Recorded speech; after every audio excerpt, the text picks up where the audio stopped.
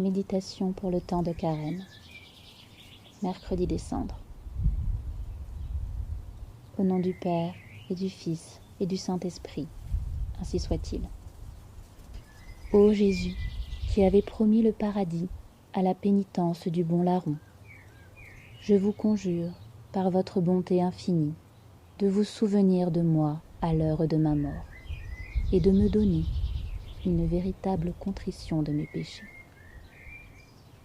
Livre de la Genèse, chapitre 3, verset 19.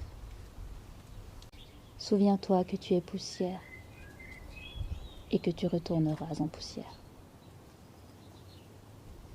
C'est la malédiction qui a été prononcée par Dieu contre Adam et Ève après le péché originel. Tous les hommes sont leurs descendants, tous mourront, tôt ou tard. La mort est une punition due au péché. Mais notre Seigneur Jésus-Christ, notre Sauveur, a vaincu la mort par son sacrifice sur la croix. Pour avoir part à sa résurrection le jour de Pâques et dans l'éternité.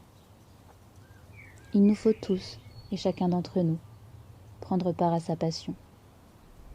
D'où cette croix tracée sur notre front avec les cendres. Elles sont le symbole de l'humilité, de la pénitence et de ce que nous sommes. Pour bien le comprendre, écoutons attentivement la prière que le prêtre prononcera en bénissant ces cendres.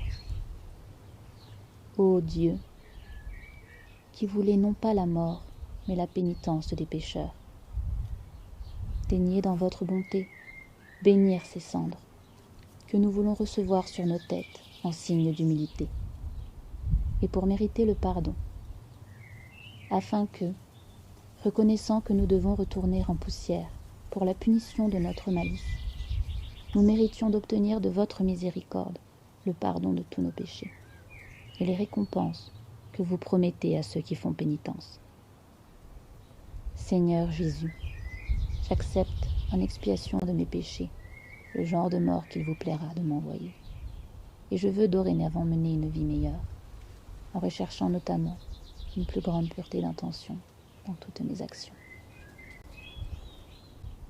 Dieu Tout-Puissant et Éternel, vous avez pardonné aux Ninivites, faisant pénitence sous la cendre et le cilice. Faites que nous les imitions, de telle sorte que nous obtenions comme eux notre pardon.